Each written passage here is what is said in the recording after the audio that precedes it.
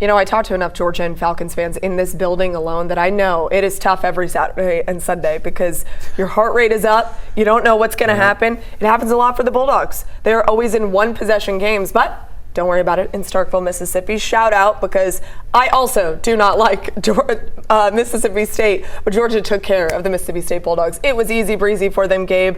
What does a win like that say about the Bulldogs, especially at this point in the season? It says they're a lot better than Mississippi State, which we knew. But hey, everyone's happy, right? They wanted to see one of these kind of games where you don't have to sweat it out.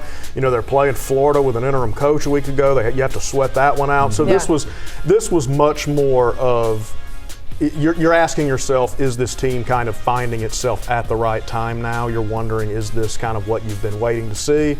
And this is what they're capable of, just being physically dominant, and their players are just a lot better than Mississippi State's. And you know who has gotten a lot of criticism, I think, throughout the year is Gunnar Stockton.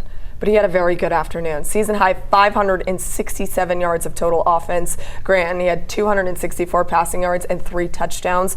What did that win say about Gunnar and where he's progressing in the season? I really think he's come into his own, especially since the early going, where you knew once he really took over and had the keys and like, this is my offense to drive now, he was going to have to, I think, find himself a bit. But he's had some performances that I think let you know what the talent level is. This was another one of those.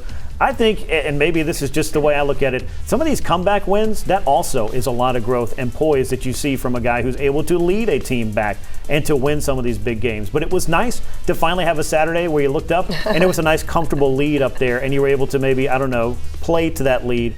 And it was great to see that. But I think that he knows some bigger tests are out in front of him. But I feel like he's coming into his own at a very good time for Georgia as they push through the regular season and look to get themselves positioned the best they can for where they'll be in the college football playoff. Speaking of the college football playoff, this next one coming up has massive implications, at least for one team. Texas heads to Athens for the very first time ever. Who would have thought that the Longhorns would be in a position that they will be on Saturday? This is a mammoth matchup for so many reasons. Gabe, what do you anticipate will go down between the hedges?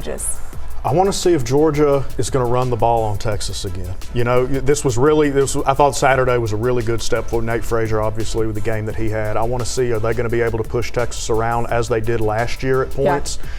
And as far as defensively, make Arch beat you. He's been better, and I know that, you know, everyone was really hard on him. It's, you know, if his name was Arch Smith, it would be different, right? People needed to have some patience with him.